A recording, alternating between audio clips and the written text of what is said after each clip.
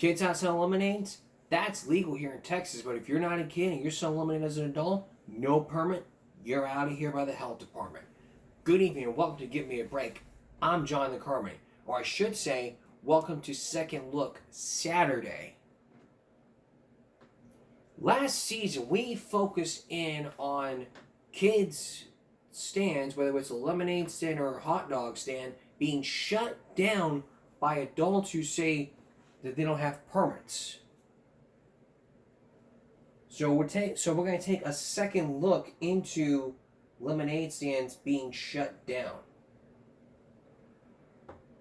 Take a look. Started reporting on trying to find ways to explain how the regulation itself was a problem. I tried to open a lemonade stand in Manhattan. I couldn't do it legally in under 10 months. And the stuff you had to do, you had to take a 15-hour food protection course.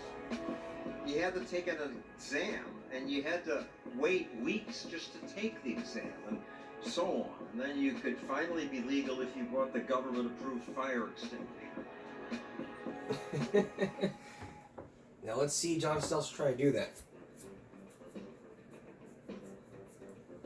The fact that American police now tell little kids that they don't have the proper permits to do this, 50 cents, make me wonder, what does it take to open a lemonade stand legally in America? A call to the New York City Information Department directed me to this website. This is supposed to make licensing simple. Oh, the wizard! They make it easy. Except, what?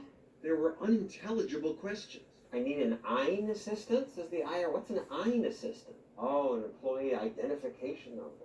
The government said I had to take a 15-hour food protection class to sell lemonade? Bicycle injuries. Equip bicycles with reflectors. I don't have bicycles. After this, there's an exam. Then I had to wait weeks to find out if I passed. And if I did, I'd have to buy a government-approved fire extinguisher. I got my fire extinguisher. Might be a fire out here. To do this legally would take months. Forget it. So I did this without a permit. Fox's lawyer gave me the okay if I didn't actually sell anything. I had to give everyone refunds and get the lemonade back. Wait a second. I shouldn't have sold it to you. I have to get it back. Of course, my customers thought this was crazy. Silly law. Many had once had their own lemonade stand. Do you have to get a license to open the stand? I'm from Canada, and we did need a license for a lemonade stand. Wait. Actually, I can't let you drink this because there are so many rules here. I'm not allowed to sell this to you. I have to give you your money back. What are the rules? I didn't have time to get all the permits. What? In Pakistan you can do nothing. You didn't need any permit in there. That's how it used to be in the United States. It was once easy to start a business here. Once easy. It's easy to start a business, but now kids cannot sell lemonade. We also showed you some news clips.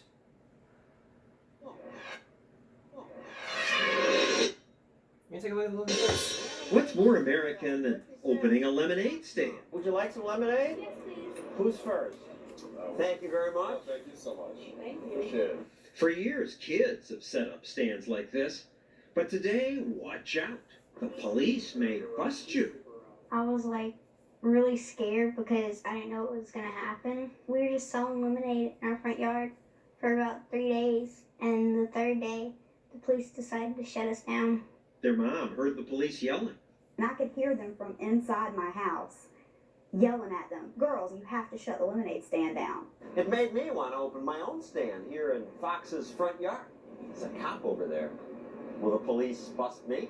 There are so many vague laws that everybody arguably could be caught up in it. Lawyer Harvey Silverglade says America's avalanche of new laws. This is just what the feds added last year. Makes criminals of just about all of us. Every citizen arguably could be shown to have violated some regulation in these stacks, and that's the danger to liberty. The police never told these girls why they were shut down. My husband stopped at the city hall to try to find out, and the city official laughed at him and said, "Really? They shut your lemonade stand down?" And he says, "Yeah, I'd like to see what law I'm breaking." She didn't even know. Eventually, the police chief explained. We're not aware of how the lemonade was made, who made the lemonade, or what the lemonade was made with. We understand you guys are young, but still, you're breaking the law, and we can't let you do it anymore. Appleton, Wisconsin shut down these girls' lemonade stand. And these kids in Texas were stopped too. They said that you needed a permit to sell. In Hazelwood, Illinois, Caitlin and Abigail Mills sold Girl Scout cookies from their own front yard. But then the city sent them a letter ordering them to stop. I looked at it and I was like, what? Cookies? Come on, it's Girl Like, Scouts. All these people ran afoul of laws they didn't know existed and still don't understand. They're ununderstandable. Not only to people. It's understandable, but years ago, Greg Abbott. Here's what happened years ago. Years later.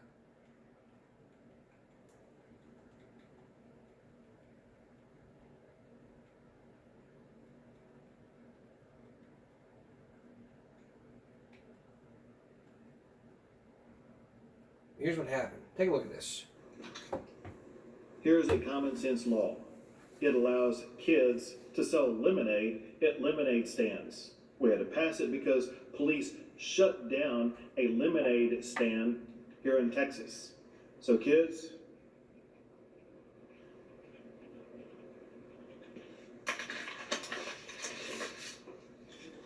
cheers. It's legal in Texas, but in other states, it's illegal. Later on, we're going to take a second look into one person who sold hot dogs, but was complained by the health department. But up next, our main focus. What's going on in America's schools? Well, kids are failing the grade because the schools failed them. How is that? We'll teach you a thing about stupid in America. Please stay with us. Have you ever went to your child's school and asked, what the hell y'all learning? Why is my child failing? Why is my child being left behind? Well, years ago when former Governor George W. Bush was president, he proposed a law called the No Child Left Behind, meaning all people have to take the standardized test, hold back on recess. But how come? But why are the kids stupid? Is it the system that's stupid, or is it the school system that's stupid? As we first told you when we first brought you this episode, Stupid in America, it's really a nasty title. But some nasty things are going on in these public schools. And if you think it's about time to face up to them, well, be ready to take a second look. Here's John Stossel. We see so many movies showing us wild kids. Kids arriving at school doped up. Who is Joan of Arc? The movies tell us the kids are stupid. Noah's wife? A Republican-controlled House of Representatives in an effort to alleviate... And the teachers, boring. Anyone? Are real teachers that dull? Students told us yes. Some teachers are very boring, so everybody falls asleep. And is school as bad as the movies suggest? You see kids all the time walking in the school smoking weed, you know? It's a normal thing here. Normal, kids say, here at Abraham Lincoln High in New York. 4 years have been miserable in this school. It's like a hellhole. A hellhole? Really? It makes me want to know more, but it's hard to get our cameras into schools. New York City School District wouldn't allow us in at all. Washington, D.C.'s district steered us to the best classrooms, like this one taught by Jason Camras, the National Teacher of the Year. 24 positives and 10 negatives. Draw it out. This is nice, and there are many outstanding teachers, but we wanted to take typical classrooms. We were turned down in state after state.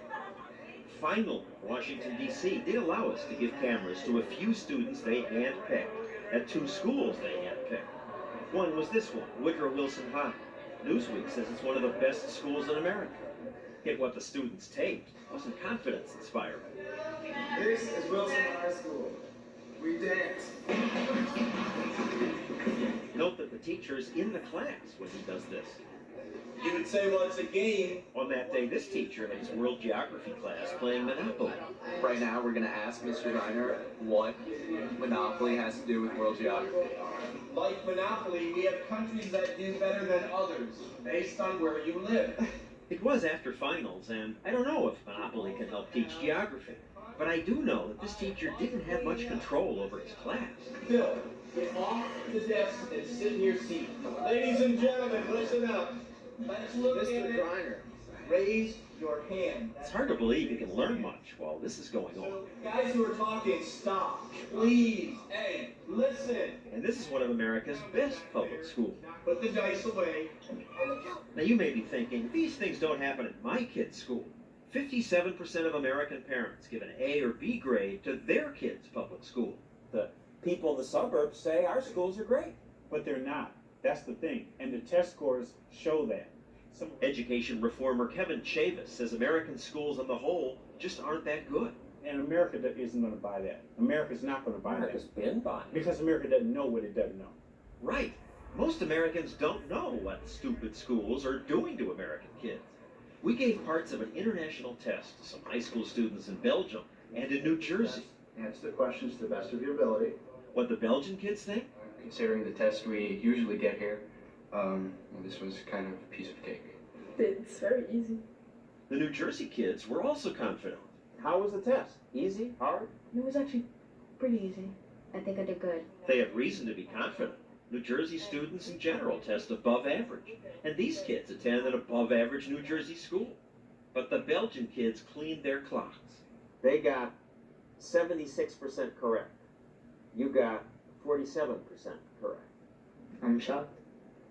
Because it just shows how much advanced they are compared to us. This boy got the highest score among the Americans, but didn't come close to the top scoring Belgians. The test was so easy. I think that if the kids in America couldn't do this, they're really stupid. Stupid? Really? Jay Leno's routines make you think it's true. And what state holds the Kentucky Derby every year? Think about it. The Tonight Show says these are not staged. These are their real answers. Kansas. What is the name of this book? War and... The big sex. War and Sex. What is the Bill of Rights? You're going to law, aren't you, sir? The Bill of Rights? Okay. What's the purpose of the Bill of Rights? I don't know. What was the major cause of the Civil War? I don't know. American high school kids are beaten on the international tests, not just by kids from Belgium, but by kids from most countries, even poorer ones like Poland, the Czech Republic, South Korea. So are American students stupid? No, we're not stupid, but we could do better. I think it has to be something with this school. Because I don't think we're stupid or the way them down. Right. Something with the school. Because the longer kids spend in American schools, the worse they do. Fourth graders take international tests, and at that age, American kids do well above average. But by high school, they've fallen way behind. Are the kids stupid? The kids are not stupid. The system is stupid. These parents and grandparents are furious at what they've learned about their kids' public schools. He said, Joey. It's insane. They're not learning anything. Pam Von Goren, who used to be a teacher, was appalled when her granddaughter came to stay with her. She can barely add and subtract numerals 1 through 5. She was with me for a week. She's reading fluently when she goes back, and she knows her math facts 1 through 20. In 1 week, you taught her what the school couldn't teach her in months? What's going on? So what is going on? Well, the answer could be simple. The schools say that it's a lot of money, and schools say they need more money. Do they? Coming up, one state spends a lot of money, but fails at a big F.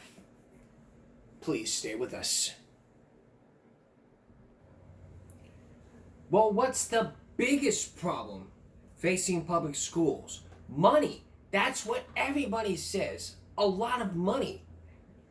For over years, over 50 years, scores have been flat. A lot more money, but no improvements. It's awful. So why are public schools spending a lot more money, but not improving the test scores? Once again, here's John Stossel.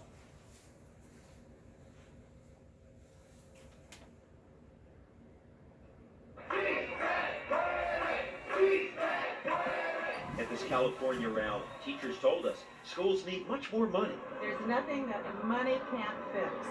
In Massachusetts, parents baked cookies and sold all sorts of things. To raise money for a school system that is desperately trying to make ends meet. More money, please, say the South Carolina school officials. How much money would be right? How much? Ooh, millions. And if you really make it right. They're spending $10,000 per kid now. $15,000? $20,000? 20,000, 25, 30. The more the better. The more the better. That was the thinking years ago when a judge ordered more must be spent on Kansas City schools. So they did. $2 billion more. Kansas City built this Olympic-sized swimming pool, state-of-the-art gyms with indoor track, these computer labs, and more. They had so much money that when they wanted to bring in more white kids, they didn't just bust them. The Kansas City district used about 120 taxis. But the result of all this spending on student achievement? It got worse. By 2000, Kansas City schools failed to meet any of the state standards, and they lost their accreditation. If money were the solution, the problem would already be solved. Jake Green is the author of Education Myths. We've doubled per pupil spending, adjusting for inflation, over the last 30 years, and yet schools aren't better. Adjusted for inflation? Adjusted for inflation. We now spend more than $10,000 per pupil per year. Here's a graph of the increased spending. The line goes straight up, but student achievement, flat. Graduation rates, flat. The extra money didn't help the kids. How can that be? More money, but no results? It's a lot of money. Think about it, $10,000 per student. For a classroom of 25, that would be $250,000 per year. Where does the money go? It certainly isn't all going to teach the kids. In Orange County, California, Jennifer Beal's kids have been learning in portable buildings like this, while her school district's spending $35 million to build a new building. Not for the kids, it's for administrators. It's insane. We call it the Taj Mahal. It's so enormous and overwhelming. You can give public schools all the money in America and it will not be enough. Everyone has been conned. I'm not doing it today, okay? Ben Chavis is a former public school principal who now runs this alternative school that spends thousands of dollars less per student. He laughs at the public school's complaints about money. They all say it's the answer. No, it's not. We just need a little more money. That is the biggest lie in America. They waste money. To save, Chavis asked the students to do things like keeping the grounds picked up and setting up for lunch. We don't have full-time janitor. We don't have security guards. We don't have computers. We don't have a cafeteria staff. Thanks, Dom. There's no pool or world-class gym. Hey, on your mark, get set, go! For gym class, his students often just run laps around the block. If you come to school, you're going to have the advantage over everyone else. It means there's more money left over for teaching. Is that a complete sentence or a fragment? Even spending less money per student, Chavis pays his teachers more than public school teachers get. His school also thrives because the principal gets involved. Chavis shows up at every classroom and uses gimmicks like small cash payments for perfect attendance. You come to school for the money or do you come to school to get an education? And the money! Since he took over 4 years ago, this school has gone from being among the worst in Oakland to being the best. His middle school has the highest test scores in the city. You boosted the scores from where they were by spending less money. It's not about the money. But what about kids who come from broken families, poor families? Give me the poor kids, and I will outperform the wealthy kids who live in the hills. And we do it. PR. Other spunky independent schools do well with less money, like this one in South Carolina run by Teresa Middleton. We saw that the kids here were enthusiastic about learning. My children are so excited. Can we play this thing? Can we do pop? Can we do relay math? Can we play bingo? Can we play phonics around the world? Learning should be fun.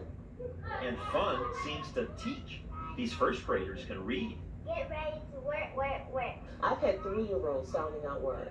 My below average child can go to public school and make the honor roll. Yet she spends only $3,000 per child versus the $9,000 South Carolina's public schools spend, and still fail to educate students like Dorian Kane. My son is now 18 and he is not reading. He's on a 4th grade level and it's a huge problem. Do you want to take a shot at that? Dorian struggles to read just one sentence in this first grade book. One day Uncle Jack came to visit. He says he wants to learn to read. You know, there is a whole world that can open up to you if you are able to read. Yeah, I know that. Did they try to teach you to read? From time to time. The test results went. Gene has been after Dorian's schools for help for years. You have to beg. You know, whatever you ask for, you're begging because they have the power. Now, they've had meetings with you to talk about your son. Yes. Here is one of them. Good morning, I'm Fred Stevens, Director of Programs for Exceptional Children. This is where some of the money goes to educational specialists, the Director of Programs for Exceptional Children, the school principal, a resource teacher, a gym teacher, the school counselor, and the district's special ed coordinator. But they hadn't done much for the boy who can't read. Have you had the opportunity to counsel with Dorian? Well, first of all, I really hadn't had the opportunity to really counsel with him. I'll be frank with you. The principal said Dorian was doing well. And I've seen great progress in him, so I don't have any concern. The meeting went on for 45 tedious minutes. Dorian looked defeated. His mother just kept raising the one issue that concerned her most. The only issue I have is his reading level, and that's what's important to me. All right, come on in and have a seat. So we decided we'd send Dorian to a private learning center, Sylvan. Could they teach Dorian to read when the South Carolina public schools hadn't? All right, click on OK for me. You bet. After just 72 hours of instruction using computers and workbooks, Dorian's reading was up more than 2 grade levels. His mother loves the private program. They're doing what they're supposed to do. They are on point, but I can't say the same for the public schools. No, she can't. South Carolina, over 12 years, spent nearly $100,000 on Dorian's education, but they left him behind. No child left behind. That's the whole key here. But no child was ever left behind. I mean, we're going back to 2002, but no kid is left behind. Why don't we continue here? What if schools have to get good results or flunk out of business? If you shut down bad schools, it probably could be healthy.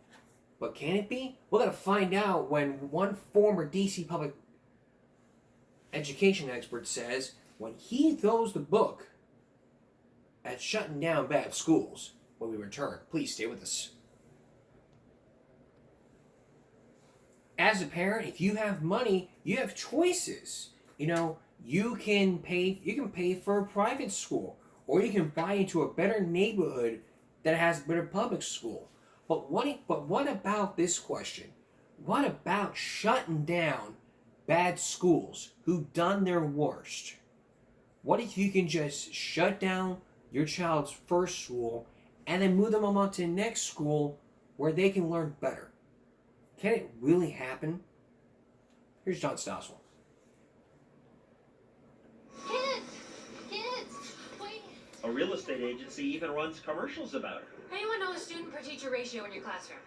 They show a mother-to-be desperate to find a good school. She's crazy. No, she's not. In San Jose, California, parents want to get their kids into Fremont Union schools. They're so much better than neighboring schools that parents sometimes cheat to get their kids in. What's cheating? Pretending to live in the district when you don't. Inspector John Lozano goes door to door to check if kids really live where they say they live. Is, here? Yeah. Really? Oh, great. Nice to finally meet you. How long you guys been here? Then Lozano says he still needs to look inside the house to make sure she really lives there. I don't mean to embarrass you, so... He sounds nice, but think about what he's doing. The school district police go into your daughter's bedroom. He even goes through drawers and closets if he has to. Well, we have a computer, we have some 17 magazines, we have pictures of the student and her friends on the wall. This girl passes. I was looking for... But the grandmother who listed this address is caught. People who answer the door say she doesn't live here. She says that she lives here, and that her grandson's going to live here with her. That's so they can go to school at Homestead High School. Oh, I have to, yeah. Caught. She's definitely caught. 2 days later, I talked to the grandmother. I was actually crying. It's kind of creepy that they force you to go to the black market to get your kid a better education. I was crying in front of this 14 years old. Why can't they just let parents get in the school of their choice? Why can't they? Changing schools can change a child's life. Patty Bauer's kids were stuck in a public school that wasn't teaching them, but then they got McKay scholarships, which let them attend this private school that works with kids who have special needs. They would invite. Joey has been brought up 4 grade levels in reading here. Alan's gone from C's and D's to being an honor roll student.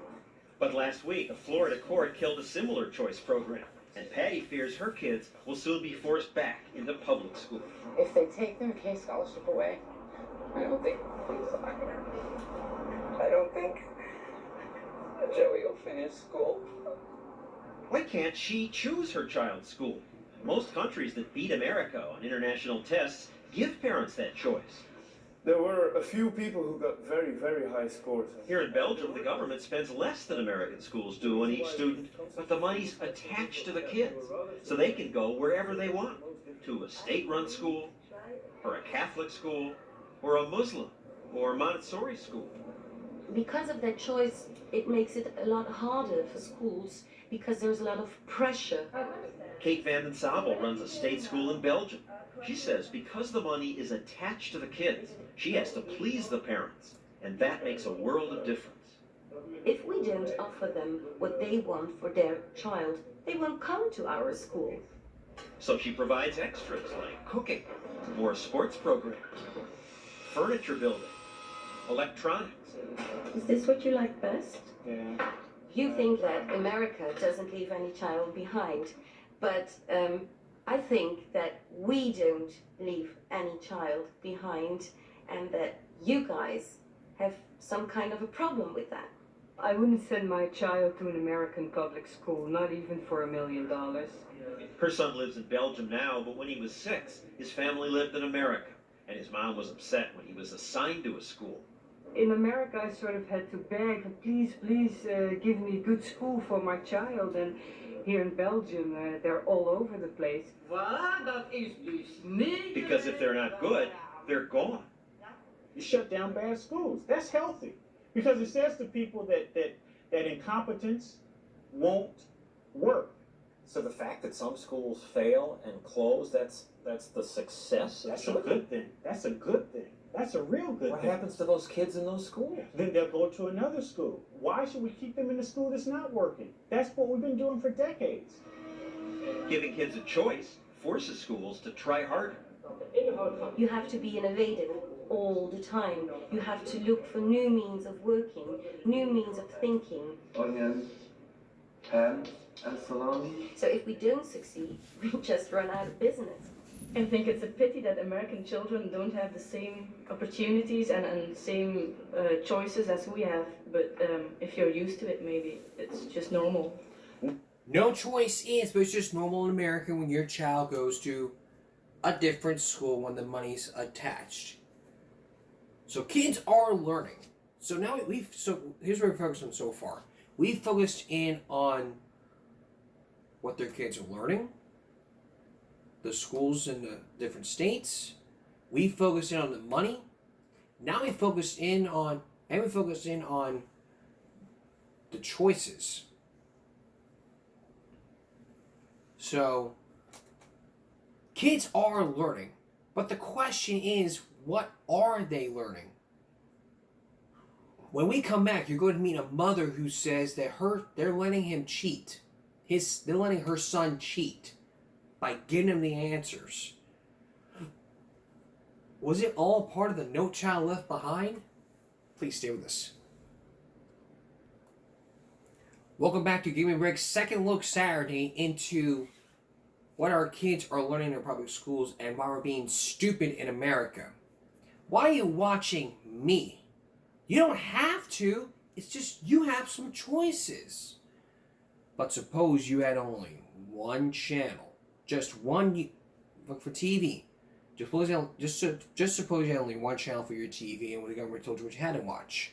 Or you had only one YouTube channel and you had to watch me. Well, that's generally how it works for schools. If you live in the state of South Carolina, if you live in your state, you go with your zone in your city. City schools. That's the whole thing. So you live in Fire Bluff, you go your zone in Fire Bluff. If you're in TCISD, you're on the south side, which means You have to go where you're zoned in your school. Take a look. But what if you had no choice? When the Sanford family moved from Charleston to Columbia, South Carolina, they had a big concern. Where would their kids go to school? First thing I did was look up on the computer, where are we zoned? What schools would those be? You have to go where you're zoned. You go where you're zoned. In South Carolina and most everywhere, you must attend the public school in the zone where you live. But the middle school near the Sanford's new home was rated below average. It turned out, however, this wasn't a problem for them, because the reason they were moving to Columbia was that Mark had just been elected governor. Duly installed as governor of South Carolina. So they were offered special options. People from better school districts invited them to send their kids to those schools. And I said, but it's not fair. Because if I lived down the street here, they wouldn't be allowed to do that. Would I be allowed to do that? And they said, no, you would not. He said, but we're going to waive that requirement because you're the governor. And I said, that's not fair. It's not fair, but that's often how it works in America. As we showed you, the kids of the privileged can escape bad schools by moving to where the better schools are. If you could buy a $250,000 or $300,000 house, you're going to get some great public education. But most everyone else is stuck with what the government gives you. Being in a public school system, no matter how much you complain about it, no matter how much you cry about what's going on with your children are stuck because of their zip code. These South Carolina parents say their kids' public schools were bad. They're not teaching the kids. If you hadn't pulled him out of the public schools, I think it would have ruined his life. Dale's grandson said some of his public school teachers helped him pass tests by telling him to cheat. They were giving him the answers? They were giving him the answers, and he said they're teaching me to cheat so they could pass him on to the next grade. The No Child Left Behind thing, you know. Send him on up to the next class. Get him out of here. They really did not care. Lizzie Murphy's son was in kindergarten for a year without learning the basics of writing. He just learned to write his name, and that's through me telling him that an M is a hump hump. A kindergarten can barely write his name. What's going on? What are you doing? What are they doing? If you compare SAT scores state by state, South Carolina ranks last. I want to tell you that if you look at every indicator for South Carolina schools, South Carolina is not last. Inez Tenenbaum has been state superintendent for schools since 1998. We have been ranked as having some of the highest standards of learning in the entire country. Well, maybe you set high standards, but the kids don't achieve them. We are ranked #1 in the country for improvement on SAT. But 32 if you start points. at the bottom, it's easier to improve. You've improved and you're still last. SAT is an indicator that really shouldn't be used to judge any state. We're making tremendous progress in South Carolina. We're very proud. Why be proud? Half the kids who start high school in South Carolina don't graduate in 4 years. And the state's first family was afraid to send their kids to the school they were zoned for. It's too important to me to sacrifice their education. I get one shot at it. If I don't pay very close attention to how my boys get educated, then I've lost an opportunity to make them the best they can be in this world. They decided to send their kids to private school. And the governor then proposed giving every parent in South Carolina that kind of choice. Does one size ever fit all? He said state tax credits should help parents pay for private schools. Then they would have a choice. Choice is external pressure. The public has to know that there's an alternative there. It's just like, do you get a Sprint phone or an AT&T phone? He's right. When monopolies rule, little gets done. Think about where we wait in line the longest. At monopolies, the motor vehicles department, the post office, or the extreme example, the former Soviet Union. People waited in line an average 2 hours every day, 5 years over a lifetime. In this Moscow restaurant, I waited endlessly while waiters sat or talked to each other because with no competition, there's no incentive to wait on me. In America, the phone company was once a government-supported monopoly. All the phones were black and all the calls expensive. It was illegal to plug in an answering machine, installing a foreign device, the monopoly called it. So the next time you complain about your phone service... This clip from Saturday Night Live is a good description of monopoly service. We don't care, we don't have to. We're the phone company. But take away monopoly status and poof, suddenly customers matter. Your choice of cool phones. Think about the choices competition gives you when you buy a cell phone. Can you hear me now? There are dozens of plans to choose from based on how many minutes you want, how big your family is, and a million other things. Great deal on a cool phone. Why can't kids benefit from similar competition in education? People expect and demand choice in every other area of their life. Letting parents choose, he said, would encourage schools to compete. And they quickly offer parents things like music schools, schools with uniforms, schools that open earlier, keep kids later, virtual schools where kids learn on the internet, sports schools. Then who knows what ideas might bloom? It empowers parents that will ultimately improve education. The governor announced his plan last year, and thousands of parents cheered the idea. But most public educators and politicians didn't. School boards objected. Teachers' unions objected. PTAs even sent kids home with a letter saying, contact your legislator. How can we spend state money on something that hasn't been proven?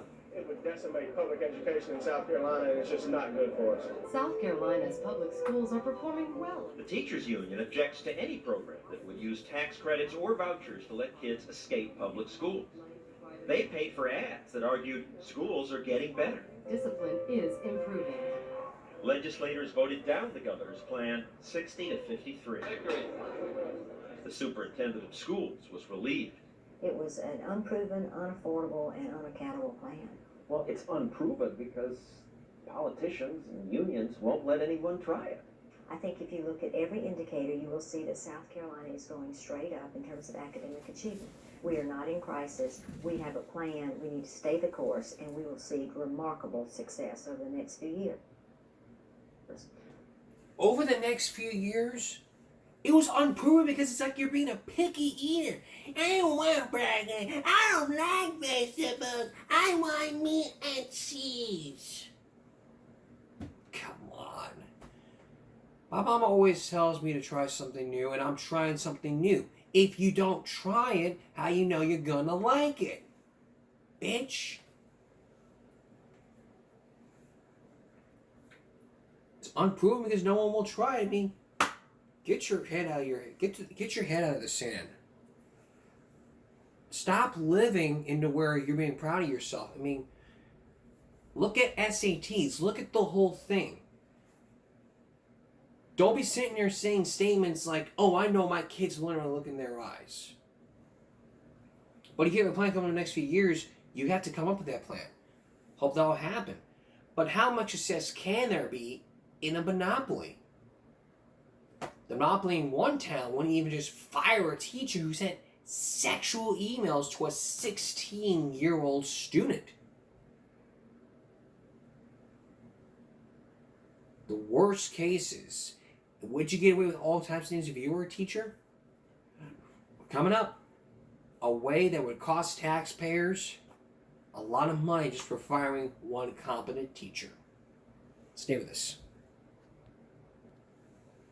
So far, we focused in on what schools are doing. We focused in on the money. We focused in on choice and competition.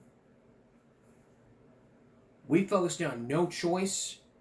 Now let's focus in on the unions. The blob. It's like Jabba the Hutt. The union is a teachers union, a janitor's union. And if you're going to try to be rude to the head of the teachers union, they're going to march down your doorstep and say, "No, we don't take criticism." That's on our Sunday Second Look, where we're looking at one person to wear by the name of Michelle Lee, where she cleaned up Washington schools. But one person which you're about to meet, but for a thing you're about to see here, it's really impossible to fire just one bad teacher. How hard can it be when it's just easily saying you're fired? Take a look. The teachers united will never be defeated. It's a union-dominated monopoly. The muscle and the zeal that built our union is still with us. Teachers' unions in this country are very influential because they want to get something done or stopped. They can assemble a crowd. 20,000 people and thousands more wanted to be here. Randy Weingarten heads New York City's teachers union. She put out the word and thousands of teachers filled Madison Square Garden to demand a new contract, with more money. You are heroes! Some teachers are heroes, but not all. Most of the teachers, they don't really care. One of my teachers tells me he does this for the health benefits. I've seen teachers come to school intoxicated. This seems odd because teachers I know want to help kids learn. Many turn down better paying jobs to teach. But in union schools, there's a problem. We tolerate mediocrity, and people get paid the same, whether they're outstanding, or whether they're average, or indeed, whether they're way below average. Joel Klein's chancellor of New York City schools, the biggest public school system in the country. Fourth grade, a very big year. He says the teachers' union's rigid contract makes it very hard to fire any teacher, even dangerous ones. I mean, we've had sex cases, acknowledged sex cases. One teacher sent sexual emails to Cutie 101, his 16-year-old student. This is the most unbelievable case to me because the email was there. He admitted to it. It was so thoroughly offensive. And he confesses. He admits it. I mean, you have the email. He admits that he did it. You can't fire him? It's almost impossible. The school board says it's almost impossible to fire a teacher. Our union has actually stepped up to the plate and said, we'll police our own profession. Well, I'd like to police my job too, but that's not how it works in life. Except that bosses make these decisions. if the cases are legitimate, they should bring them. There are procedures. It's in the contract. If a teacher's incompetent, they can be let go. It takes years. These are the steps a principal must follow to fire a bad teacher. Look at this thing. The teachers' union got so many protections to make sure principals don't fire unfairly or play favorites that principals rarely even try to jump through all these hoops to fire a bad teacher. In the last 2 years, says Klein, only 2 teachers out of 80,000 have been fired for incompetence. It makes no sense. And you don't know other places where this goes on. This is not like you can say they're doing this at IBM or some other place, right? This is unique to our environment. I'm not sure I understand how to manage a government civil service organization. GE's Jack Welch was revered as a great manager. He says if an organization is to stay vital, it must reward its best workers, and the bottom 10% have to go. We tell people in the bottom 10, look, you got a year. Find yourself somewhere to go. And they do. By doing that, he made GE unbelievably successful. But what he did at GE is forbidden at most public schools. We have a system in which we don't distinguish among people. And as a result of that, we don't reward excellence. Why don't you reward excellence? Because it's barred by the contract. Ah, yes, the union contract. Here it is, more than 200 pages of fine print. Union monopolies often create documents like this. It's not just 200-page contract. You got all these addenda that are incorporated into the contract. You're talking about hundreds and hundreds and hundreds of pages more. So it is a regulatory nightmare. So much so that he couldn't just fire that teacher who sent those sexual emails. Up, down, around, everywhere. We've paid him. He hasn't taught, but we have had to pay him because that's what's required under the contract. Paid him more than $300,000. Only after 6 years of expensive litigation were they finally able to fire him. Hundreds of teachers who the city calls incompetent, racist, dangerous, or guilty of sexual misconduct have been paid millions. And what do they do with those teachers? Well, they put them in the rubber room. That's what they call it. It's not really made of rubber, but it's a big empty room in this building and 4 other buildings around town. Because they don't want these teachers to get near the kids, so they just come here and sit, hang around, read magazines, waste time, and waste your money. They wouldn't allow us to take pictures inside while the teachers were there. Today, the city pays $20 million a year to house teachers in rubber rooms. Insane as that is, at the union rally, teachers told me they support the firing rules. What if a principal says, you're a lousy teacher, I want to fire you? That's not right. You prove it. You prove I'm a bad teacher. If you can't prove it, don't try it. Everywhere, unions resist the practice that made GE and other organizations successful. Weed out the bad. There aren't really bad teachers. The rules must stand, say unions everywhere. Wisconsin public schools are great schools. That's farther up. The teachers' unions spend millions on ads saying the schools are great. There's an explosion of excellence in New York public schools. Since the schools are excellent, they say, don't mess around with our rules and benefits. Permit members to retire without penalty at age 55. Teachers would work uniform 6 hours and 40-minute days at all levels. Which is what normally happens in the private sector. Really? She says her teachers should work regular hours, but how many of you work a uniform 6-hour, 40-minute day? But the union is powerful, and a few months after our interview, Weingarten got a new contract. This is a really good day. Look at the smiles. In exchange for a 15% raise, the union made concessions. For example, they agreed to work 10 minutes a day longer. They say it will be easier to get rid of sex offenders, but it will still take all these steps to fire an incompetent teacher. Unionized monopolies like yours fail. In this case, it's the children who you are failing. We are not a unionized monopoly, and ultimately, those folks who want to say this all the time, they don't really care about kids. Really? Criticize the monopoly? Don't care about kids? After this was aired, she marched on Stossel's doorstep saying, hey, you criticize us, we don't take criticism, we're not going to take your criticism quietly. And they opted to teach. She said, yes, I'll teach. Pick any school. I mean, seriously. If Yancy Jurgen, if the teachers union Corpus Christi wanted to hear me criticize her, I'll teach a school for a week. Yeah, I'll take a week off of school. I'll talk to my boss and say, hey, I take a week off so I can, take a personal week off so I can go teach a school? And they were more understandable.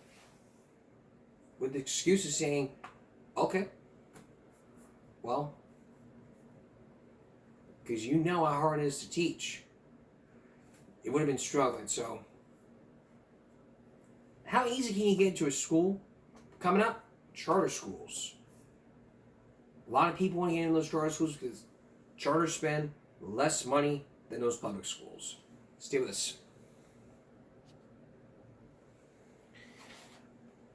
Look, when public schools began in America many, many years ago, a lot of people worked on farms.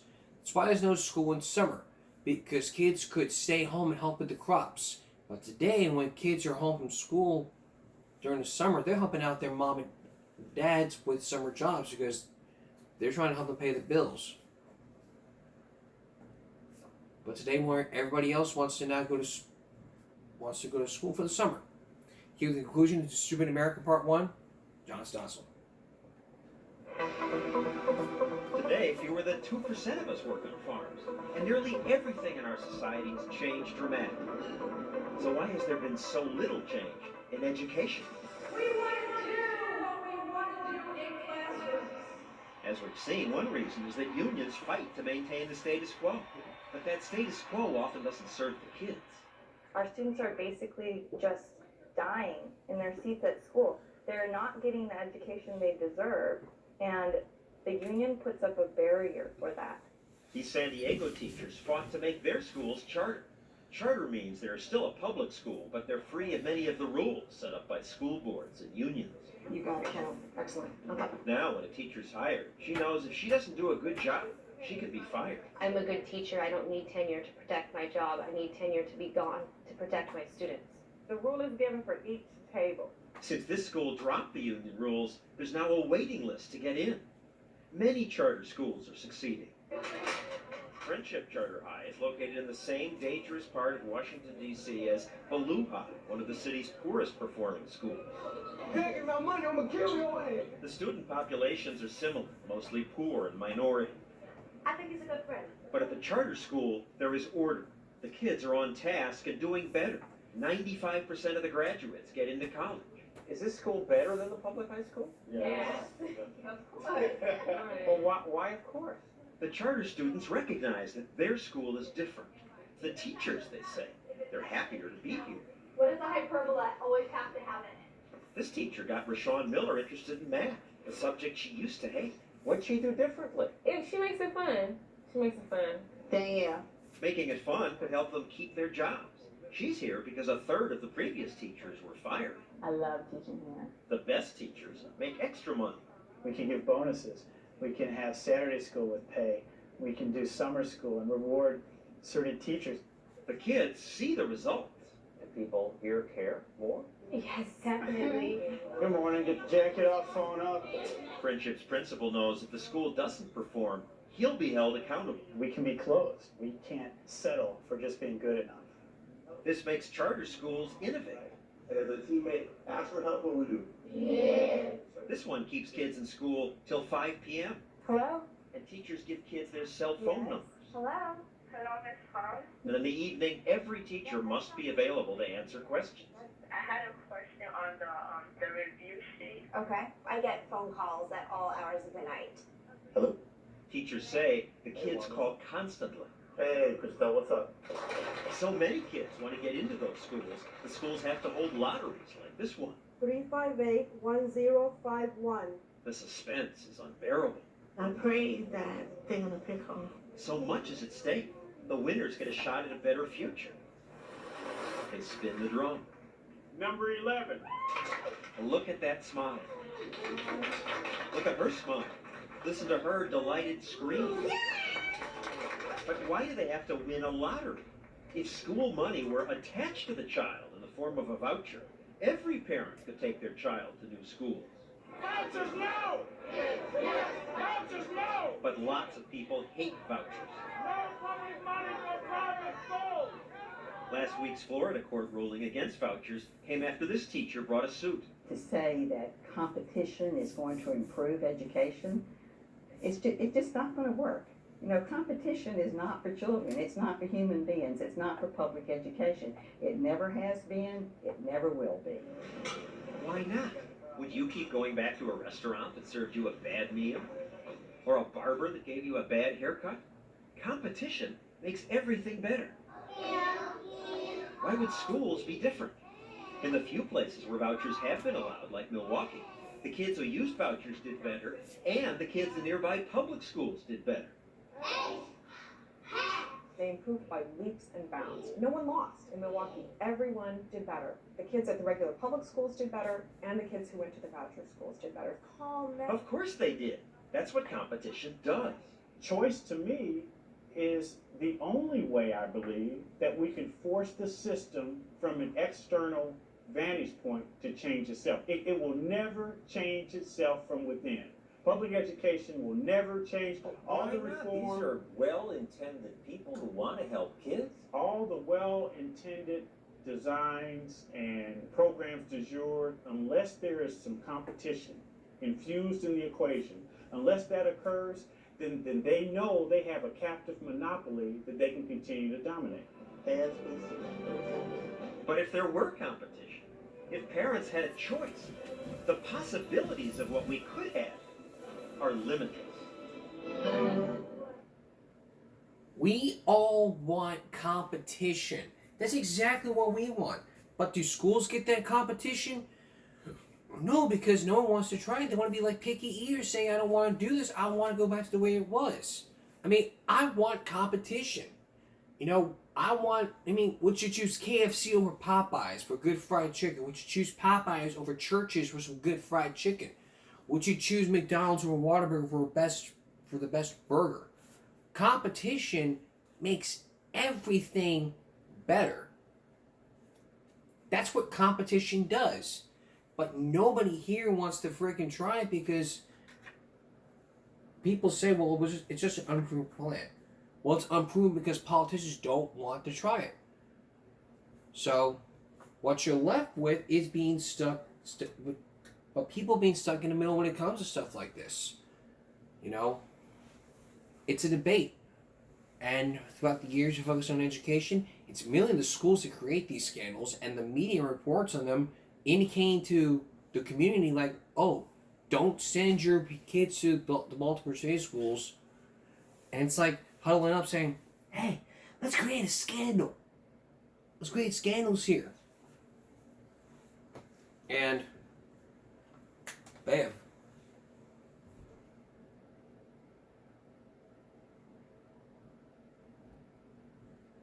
it would hit you in the face, literally. Sorry about that. We're going to take a break and come back with the story, with a second look of a child who sold hot dogs, then got a call saying we're going to shut down your hot dog stand. But not only that, had a whole community wild up to him saying, we'll help you out. Stay with us. Earlier in the broadcast, we took a second look into kids selling lemonade without permits, where Texas had a new law stating that kids would be allowed to sell lemonade without a permit because of all the police, because all the police are coming in and shutting down lemonade stands. Well, just to make it clear, though, if you live in some states where you don't legalize lemonade without a permit, then you can get yourself in a lot of trouble. Now you're about to meet a child who is selling hot dogs, but then he got a call from the health department stating, saying that he did not have the proper permits. But what happened next would even riled up the whole community and even the child. Take a look. Here's one. Thank you. Back in 2016, Jaquan Faulkner dusted off his uncle's old hot dog wheel and decided he was going to spend his summer working. Well, I started and I just didn't do nothing with it. And then I realized that I enjoyed it. And so I kept going. But just as Mr. Faulkner's old-fashioned hot dogs was taking off, someone put in a complaint with the health department. That's when NEON came. NEON, the Northside Economic Opportunity Network, provides training and support for underserved entrepreneurs like Jaquan. They said, we'll help you get the license and everything. If you have any questions, just come down and talk to us. Instead of shutting him down, NEON and the health department helped the 13-year-old get everything he needed to pass the inspection, even paying for his permit. It makes me feel really proud that people know what I'm doing. Did they get their receipt? I don't want to stop. I had some uncle that my uncle's like, but then you have to keep on. We're going to keep on. I'm like, okay, I'm ready. All right, everybody, give it up for Jaquan Faulkner. What's up, what? Yeah. Jaquan, before we get started, I got to talk to you about that haircut, player. Ooh, that's how I like it. I used to have one of them, man. I was nice. I had a nice high top. Man, you make me miss it, man. How you doing? All right. Yeah. All right. How'd you come up with the name for your business? Like, it's my business, but if I needed somebody to pass it on to, I want them to know that it's still my business, but just I'm passing on to a family member. Yeah. They'll still have Mr. Faulkner, so it'll still be their last name. Yeah. So, I got you. Yeah. I ain't mad at you. Now, let me ask you something. Was your uncle cool with you setting up shop right outside the house? He was actually kind of mad. He actually didn't want to, because when I first set up, I didn't take it serious. Yeah. But this time I noticed I had to take it serious, but he didn't think I had that in me, so he was still getting mad. My was like, if that's something you want to do, let him do it. And I kept going, and now he know that I want to take it serious. Yeah. Now, this whole story came about because someone reported this kid for selling hot dogs without a permit. Just let me say this. Stop calling on kids that ain't hurting nobody. Ain't you got nothing else to do? But this actually turned out great. Because when a hater try to stop you, what they don't know is what the plan is. So you saw on the tape, after they reported him, he had to go down there to the place. Well, the guys liked him so much, and all the people down there, they got behind him and just started helping him get the correct permits and all like this. They didn't shut him down. They showed him how to be bigger. So the whole community rallied behind this kid. Because they went, wow, what is that right there? So let me ask you this right here. What's your favorite part about selling hot dogs to people? My favorite part about selling hot dogs to people is when they come up and I I'm able to greet them with a smile. Most important part about having a business is customer care, and that's when they want to be treated as a family. This little dude right here is smart. I love that. I want to thank his uncle Jerome and Aunt Donna. They're here in the audience. How you folks doing today? All right. How'd you feel about him getting involved in business, getting set up and everything? I didn't think he was going to be serious because he did it in 2016 for 2 days. Okay. So 2017 he asked me again. I told him no. He didn't let that down. He let it go. 2018 asked me the same question. Can he sell hot dogs? And I looked at him like, are you serious? That's okay. We're going to see what you're going to do. So we got him set up. And he ran with it. So let me ask you this, Daquan. How's the business since you got your permit? Since I got my permit, business have been great. Yeah.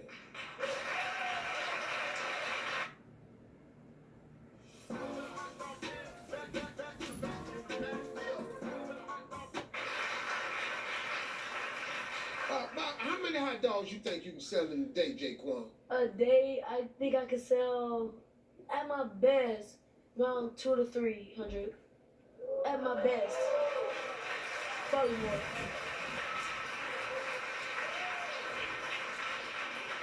Oh, I'm not including Polishes. You got Polish boy? Yep. You ain't got no Polish boy. Yes, I do. Look, okay, let me tell you this.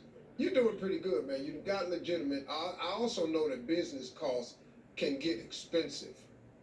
So our friends at Conagra, who are famous for their Hebrew National Hot Dog brand, they heard all about the great work that Jaquan is doing, so they want to make sure that you continue to grow your hot dog business. So they want to give you $10,000, man.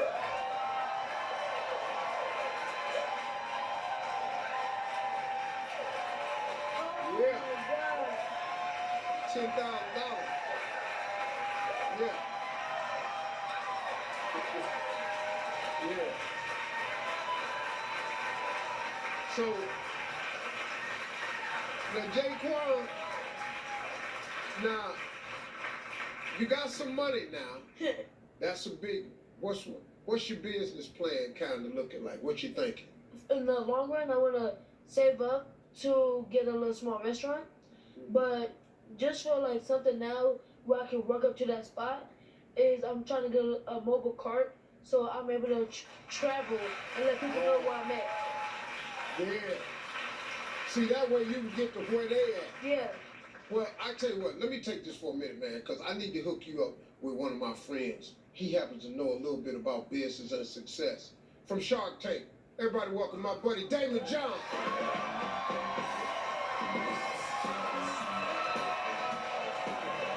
What's up? Come here. I'm so proud of you. What's up, Dave? Brother, how you doing? How you feeling? All right. What's happening? You looking good. Oh, you David, good. This boy, we found out he was a huge fan of yours. Amazing, Yes. amazing. I'm so proud of you. We're all proud of you. Yeah. So I'm told you're gonna cut down a couple of days at the hot dog stand to go make sure that school is starting. You're gonna try to be the best you can over there, right? Yes. I think that is absolutely incredible because when you're doing the hot dog stand, you're gonna learn about a little bit of business and how to treat customers. I saw you, but school is really what's gonna teach you science, math, and everything else that you're not gonna necessarily learn there. So I think that's absolutely amazing. Too many people try to just do one or the other. Yeah. You know? Yeah. That's good, man. So I have a surprise for you. So we called up my buddies over at Hamburger Schlemmer, and we have for you right now a hot dog stand. Our own very hot dog stand. There you go. Look at it. Oh! Yeah. Now don't take that $10,000 and put no rims on it. Yeah. Don't take that $10,000 and put rims on it. Yeah. But it's really important, and I think that that's important for you. And I wanted to personally also give you something to further your education, because when school ends, the education doesn't stop. Life is about series of learning. So what I want to give to you is a brand new laptop.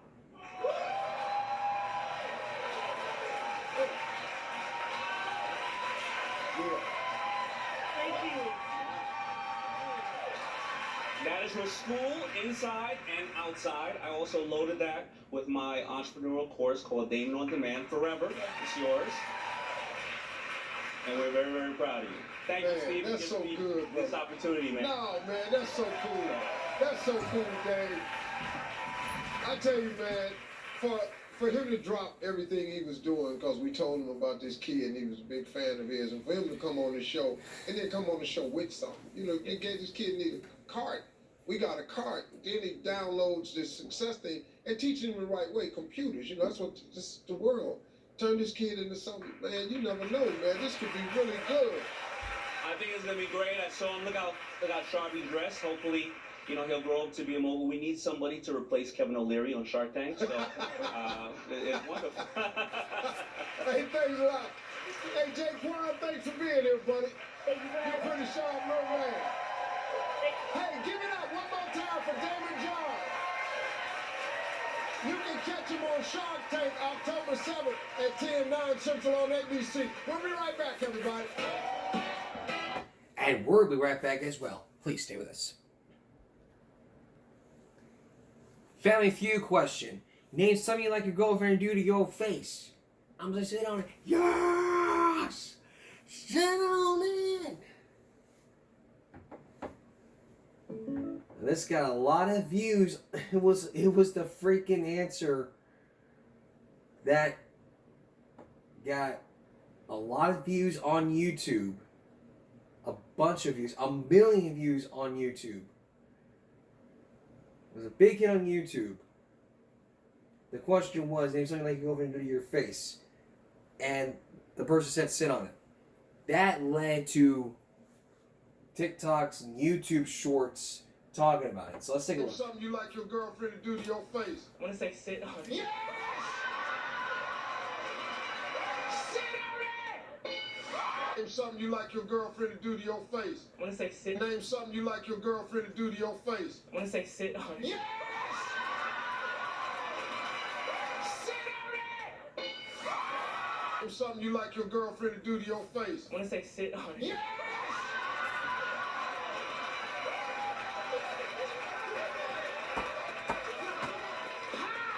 In the hell, that ain't number one. Name the worst place to. Dang! That's kind of cool. It was also animated. Name something you like your girlfriend to do to your face. I want to say sit on it. Yes! Sit on it! Name something you like your girlfriend to do to your face. I want to say sit on it. Yes! Sit on it! It was a freaking thing on TikTok. Name something you like your girlfriend to do to your face. I want to say sit on it. Yes! Sit on it! Everybody feels that. And this was his YouTube channel. His name is Greg Enriquez, and he was. Today's video is sponsored by. His name is Greg Enriquez. He gave that answer, the expert answer, and it became the whole meme on not only just YouTube but on TikTok. So if you were to find out about him and ask him this question, name something like a girlfriend do to your face, and he would say sit on it, and you'd be going on like, yes, sit on it. Everybody feeling better now. But he's also a prop collector too. 2 years ago today, I gave this answer on Family Feud. You gotta be careful now, Greg. 100 men, name something you like your girlfriend to do to your face. I want to say sit on it. Yes!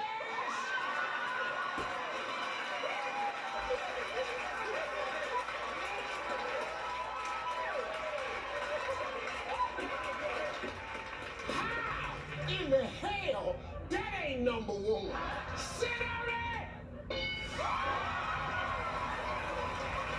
Everybody feels better now. 2 years ago today. And it wasn't meme. It was animated. It was cool. And if he was on the show, then everybody would feel a lot better now. All right.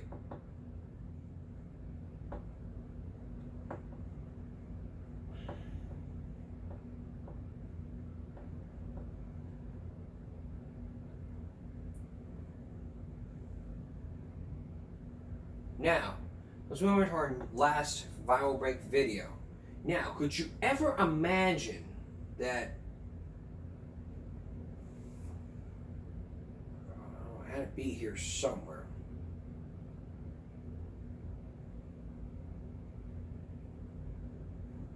Okay, there it is. Okay. Could you ever imagine walking into a store and realizing that a pregnant wife, could you ever imagine, think about this, let's walk for a minute. You're the husband with a pregnant wife, and she's agreeing like, oh, we can't afford this, that, and the third, but switching roles here, you decide to help them out. It's like, oh, we don't need this, And it's like, you want to be generous and offer them some money. So, this video was last year, and it got 35 million views as a way to be an act of kindness.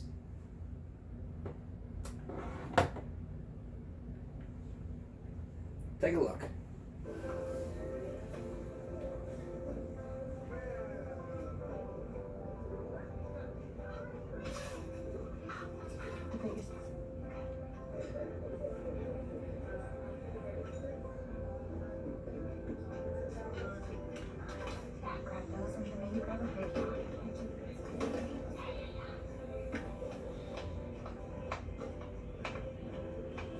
Oh, sorry. Oh, sorry. Excuse us, sorry. Yeah. Huh? No, it's the right part. It's the right part. We can. We saw you looking at that. Isn't this the stuff you guys needed? So yeah, we were okay with this. Yeah, but we can though. What are you doing? That's too generous. You can't take that. Sure? Thank you so much. So that was very kind of you for them to do it. So very kind, and it got 35 million views. Now, as you know, I'm famous here in this community. And I'm the local hometown hero, as Kayla Paxton always says. And if she was here and she heard about that, then she would be on camera and she would gladly explain. So, you know, I bring back all the cards. I bring the music to everybody here in the community. Put a smile on people's faces. And just be there for everybody. Now, I often get little gifts and treats. It's like people are generous of me, which I don't mind though. But people think I'm homeless, which I'm not homeless. That's another story. But what is another story is part 2 to Stupid America. I said Giving Burgers with me. I said Giving Burgers with me on 5 nights a week, and I meant it. Only this week. We're going back to 4 days a week, so we're still gonna be on Tuesday, Wednesday, Friday, and Saturday. Still 4 nights a week, but we're going to do 5 nights a week for this one reason. Like I said before, we are still talking about stupid America and our kids' education. So what I want to do now is give you a little preview. Are we stupid in America? When it comes to education, maybe. How can you have a system where all the workers are thinking we're doing a great job for our kids and what we're producing for them is 8% success? Kids aren't learning, but school spending is through the roof. Why? What's gone wrong? The bureaucracy is what's wrong. It's the blob. It's the blob. And it is. It's like the reformers are up against Jabba the Hutt. It's the unions and the paper pushers. Let's destroy the system. Good. Bring on that creative destruction. Who would disagree? Teachers' unions disagree, and they're mad at me.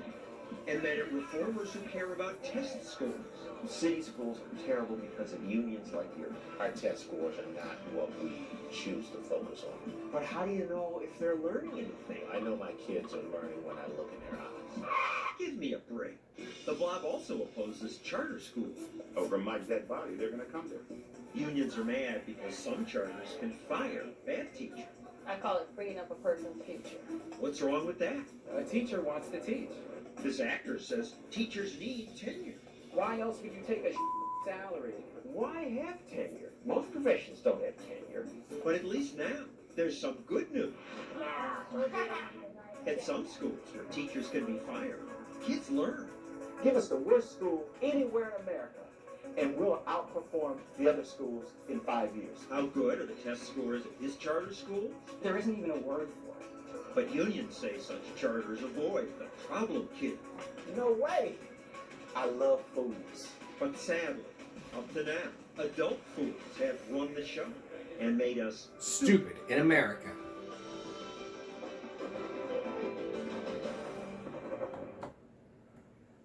That's on Sunday. That's all for this edition of Second Look Saturday going into Sunday. We'll see you again tomorrow for Second Look Sunday. For everyone here at YouTube, give me a break. Stop bullying, speak up. Concentration, not strength. No jaywalking. Your body, your choice. And as always, please take care of yourself and each other.